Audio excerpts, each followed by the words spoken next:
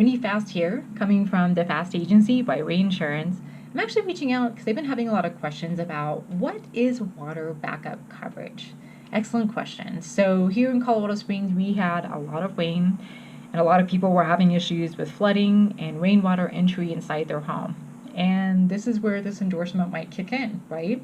So basically, if you have damage to your home or personal property, if it is discharged or overflows from a sewer drain, a sump pump, any kind of related equipment, even if it's due to mechanical issues with that sump pump or that related equipment, and any kind of system designed to remove any subsurface water from the foundation area.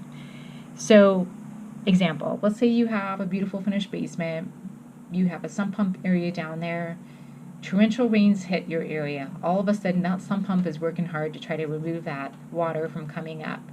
Now, all of a sudden, it can't keep up. So what's happening is that water is backing up into your basement. Most people will have a $5,000 limit for this endorsement, which is fine. It's still $5,000 that you wouldn't have had. And the reason why you have this specific endorsement is because these particular situations into which this backup is happening is not covered under your typical homeowner's policy. So this is an additional coverage being offered. So if you have $5,000 in coverage, you have to think about, I need to hire somebody to come out and mitigate, which means remove all the saturated materials, run fans, do any dry out to prevent any mold growth or further damage. Then you have to follow up with having the reconstruction, especially if it's drywall, texture painting, carpet, any kind of flooring. And if you have any personal property damage, it could either be cleaned or it needs to be replaced. So very important to think, like, is $5,000 enough? Am I at risk? Do I need this coverage? Especially if you have a basement. Now, another thing I want to bring up is flood coverage.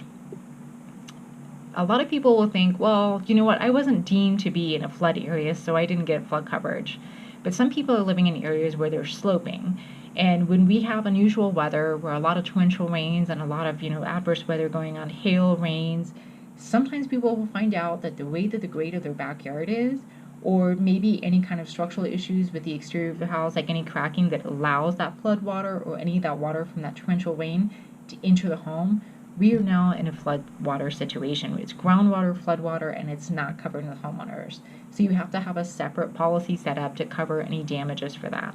You do not have to be specifically told by the state that you're in a flood area in order to have flood coverage.